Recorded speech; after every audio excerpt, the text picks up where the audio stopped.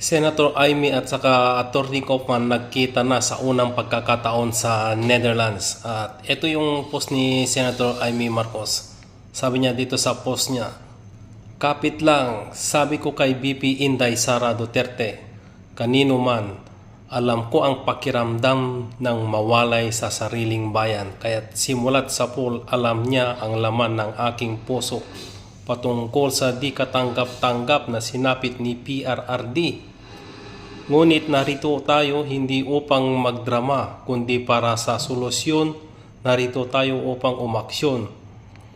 Hindi ako naghintay ng 39 years para lang magkamali muli. May Marcos na natuto sa kasaysayan. Narito ako, hindi para sa isang tao, kundi para sa sambayanang Pilipino. Thank you, Attorney Nicholas Kaufman. Together we will bring PRRD home." Ayun.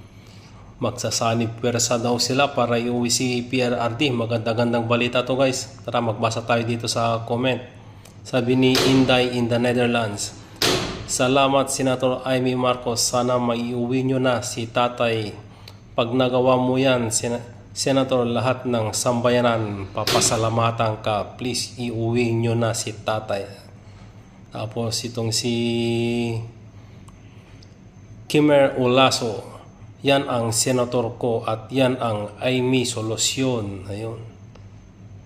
Sabi naman ni Brian Balimbingan, "Hi Senator Amy Marcos, I voted for you in the recent election because Inday Sara endorsed you and raised your hand. I believe in her judgment and I support your partnership. God bless." Ayun guys, madaming pumupuri kay Senator Amy.